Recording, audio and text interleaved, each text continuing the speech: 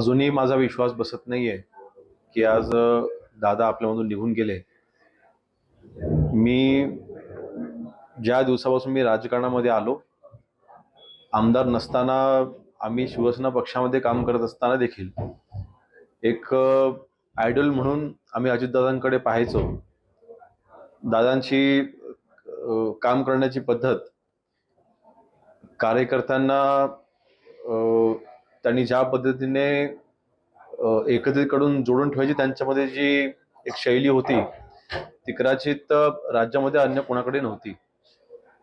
आज वडिलांच्या मार्फत मी अजितदादांना अनेक वेळेला आमदार नसताना भेटलो आणि आमदार झाल्याच्या नंतर, विशेषतः आज मंत्री झाल्याच्या नंतर मंत्रिपदाच्या मार्फत आपण जनतेला कसा न्याय मिळवून द्यायचा, ह्या मंत्रिपदाचा उपयोग जनसेवेसाठी कसा करायचा, अशा अनेक गोष्टी मी दादांकडनं पर्सनली मी शिकलो.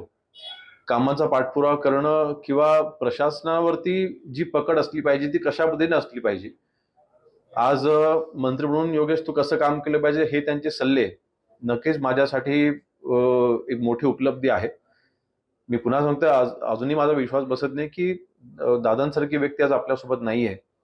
आज त्यांच्या संपूर्ण परिवाराला मी ह्या दुःखामधून सावरण्याच्या जगदंबा त्यांना शक्ती देवो मी प्रार्थना करतो.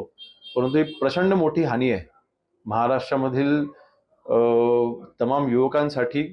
महाराष्ट्रामधील सर्व राष्ट्रवादीचे कार्यकर्ते आहेतच, परंतु महाराष्ट्रामधल्या तमाम जनतेसाठी, महाराष्ट्रासाठी प्रचंड मोठी हानी आहे. ही हानी कोणीच भरून काढू शकत नाही.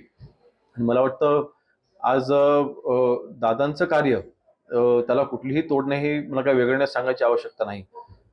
परंतु मनामध्ये प्रचंड दुःख आहे आणि जेव्हा बातमी ही समजली त्यावेळेला मन सुन्न करून टाकणारी बातमी होती आणि काय बोलावं मला माहिती नाही, परंतु नक्कीच संपूर्ण परिवारासोबत आम्ही आहोत, पवार कुटुंबियांसोबत आम्ही आहोत.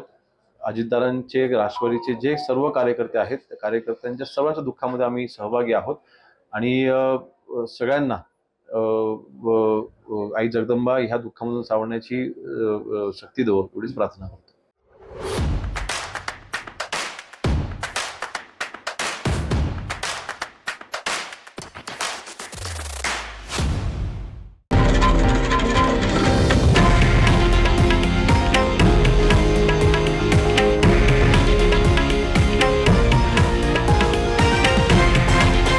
हे आहे देशातील नंबर 1 न्यूज नेटवर्क आणि आपण पाहत आहात TV9 मराठी, एकमेव.